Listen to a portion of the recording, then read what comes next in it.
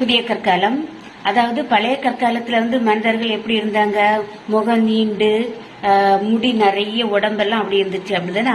ஆனா புதிய கற்காலத்தில் அப்படி கிடையாது. நாளடைவில் என்ன செய்கிறார்கள், மனிதர்கள் போல அழகாகவே வர ஆரம்பித்தாங்க. பார்க்க தோற்றமாகவும் உடல் உழைப்பு அதுக்கப்புறம் அவங்களும் வர ஆரம்பித்தது. அதாவது பழைய கற்காலத்துல அவங்க என்ன செய்தாங்கன்னா கற்கருவிகள் எல்லாம் பயன்படுத்தினாங்க இல்லையா. இவங்க அதை என்ன செய்தாங்க, நல்ல விளவிளப்பாக என்ன செய்தாங்க, அதை பயன்படுத்த ஆரம்பித்தாங்க. முன்னாடி உள்ளதையெல்லாம் இவங்க என்ன செய்தாங்க, புதுமைப்படுத்த ஆரம்பிச்சுட்டாங்க புதிய கற்காலத்துல. அதாவது மனிதன் என்னன்னா முன்னேற்றம் அடைய ஆரம்பித்து விட்டான்.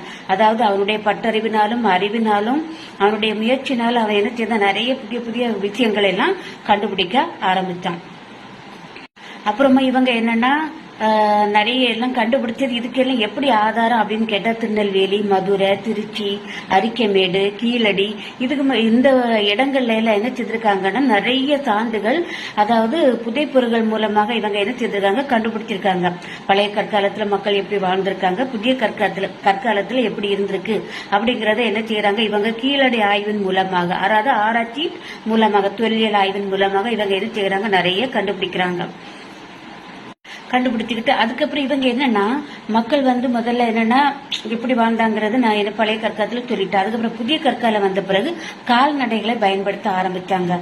வேட்டையாடுவது, விலங்குகளை முன்னாடி என்ன செய்வாங்க, தீயெல்லாம் நெருப்பு வைத்து சாப்பிட்டாங்க இல்லையா. அதுக்கப்புறம் கால்நடைகளை பயன்படுத்த ஆரம்பித்தன. கால்நடைகள்னா 10 ஆடு மாடு, அது தெரியுங்களா.